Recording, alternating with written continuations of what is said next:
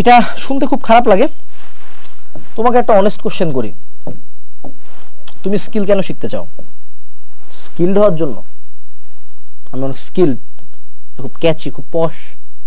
আমরা স্কিল কেন শিখতে চাই? 24 সালের সাথে তাল মিলানোর জন্য?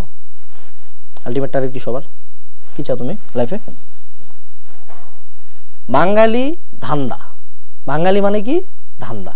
আমরা সবাই এখানে কি করতে আসছি? আমি এখানে ভিডিও কেন দিচ্ছি? তোমার কি মনে হয় তোমার উপকার করতে আসছি আমি?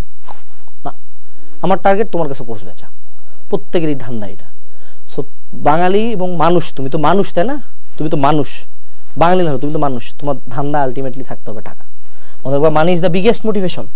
তুমি একটা স্কিল কেন ছাড়া দাও? কারণ স্কিল শিখছো, কামাই নাই। সো যখন একটা স্কিল শুরু করবা, make sure you have a plan, যে এই স্কিলটা কাজে লাগায় কিভাবে আমি টাকা কামাবো। সেই টু সে আমি টাইপিং শিখতেছি, Bangla, English, scientific typing, math equations, typing শিখতেছি। এখন আমি কোথায় কোথায় কাজের জন্য নক দেবো এটা মাথায় চিন্তা করতে হবে।